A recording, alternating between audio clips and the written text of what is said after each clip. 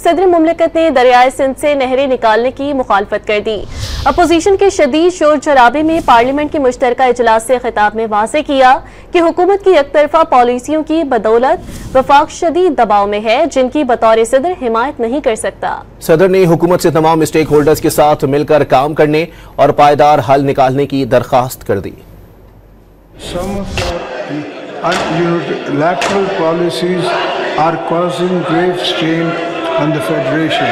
In particular, the government's unilateral decision to carve out some canals from the Indus River system despite strong opposition from federating units.